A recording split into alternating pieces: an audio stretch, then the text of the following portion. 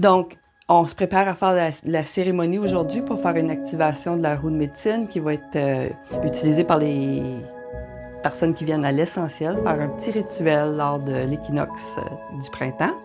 Donc, hier, pour se préparer à la préparation, on a rassemblé les éléments qui vont faire partie de la roue de médecine, puis les outils qu'on a besoin pour faire justement la petite cérémonie. Les pierres actuelles qui vont être sur la grille de la roue de médecine sont ici dans la pyramide et elles se font, prennent l'énergie ancrée, ils se préparent à la consécration. En dessous, on a un bol qui signifie, c'est comme un genre de bol de médecine qui est assis sur une fleur de vie. Dans le bol, on a une pierre de sélénite en forme de cœur. Elle sert à la purification de ces pierres-là pour les préparer justement pour la cérémonie. Le symbole qui est à l'intérieur de la pyramide, c'est pour symboliser les 4 éléments et les 4 directions.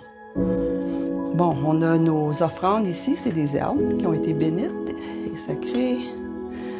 On a le hochet avec les symboles des 13 lunes, puis la tortue pour Mère Terre, notre petite baguette magique pour quand on veut faire de l'activation, de la consécration. On a le symbole de la Terre, parce qu'avec une roue de médecine, on travaille avec les éléments de la Terre, les directions pour l'orientation, nord, sud, est, ouest, etc., et les éléments. On a notre cloche pour appeler nos anges et nos guides spirituels.